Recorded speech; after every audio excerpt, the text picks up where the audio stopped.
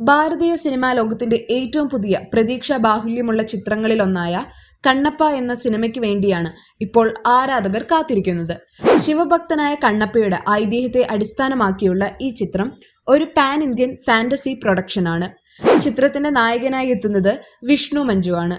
മോഹൻലാൽ, പ്രഭാസ്, അക്ഷയ് കുമാർ, ശരത് കുമാർ, മോഹൻ ബാബു തുടങ്ങിയ വൻ താരനിരയാണ് ഈ ചിത്രത്തിനായി അണിനിരക്കുന്നത്.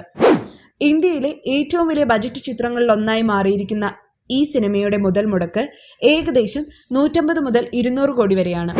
മുകേഷ് കുമാർ സിംഗ് സംവിധാനം ചെയ്യുന്ന കണ്ണപ്പയിൽ മോഹൻലാൽ വളരെ പ്രധാനപ്പെട്ട ഒരു കഥാപാത്രത്തെ അവതരിപ്പിക്കുന്നുണ്ട്. എന്നിരുന്നാലും ചിത്രത്തിന്റെ ദൈർഘ്യം കുറയ്ക്കാൻ വേണ്ടി മോഹൻലാൽ കഥാപാത്രത്തിന്റെ രംഗങ്ങൾ ട്രിം ചെയ്യപ്പെട്ടിരിക്കുകയാണ്. ഇപ്പോഴുള്ള ചിത്രത്തിൽ മോഹൻലാലിന് 15 മിനിറ്റ് രംഗങ്ങൾ മാത്രമേ ഉള്ളൂ.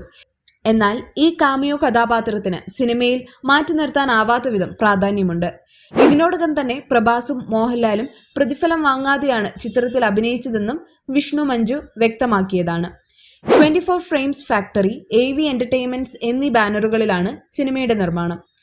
ഇത്രയും വലിയ ചിത്രം കേരളത്തിൽ എങ്ങനെ തിയേറ്ററുകളിലെത്തും എന്ന ചോദ്യത്തിന് ഉത്തരം നൽകുന്നത് ആന്റണി പെരുമ്പാവൂർ ഉടമസ്ഥതയിലുള്ള ആശീർവാദ് സിനിമാസ് ആണ്.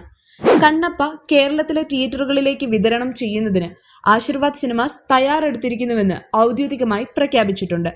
ചിത്രത്തിന്റെ കേരള വിതരണത്തിന് മോഹൻലാൽ തന്നെയാണ് മുൻകൈ എടുക്കുന്നതെന്നും ഇതിനോടനുബന്ധിച്ച് പുതിയ പോസ്റ്ററുകളും പുറത്തിറങ്ങി.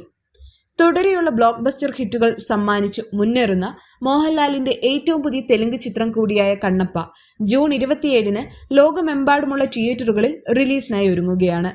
ആശീർവാദ് സിനിമാസിന്റെ ഉടമസ്ഥതയിൽ കണ്ണപ്പ കേരളത്തിലെത്തുന്നത് ഈ ചിത്രത്തിന് കൂടുതൽ വ്യാപകമായ റിലീസും അഭിനന്ദനങ്ങളും ഉറപ്പാക്കും.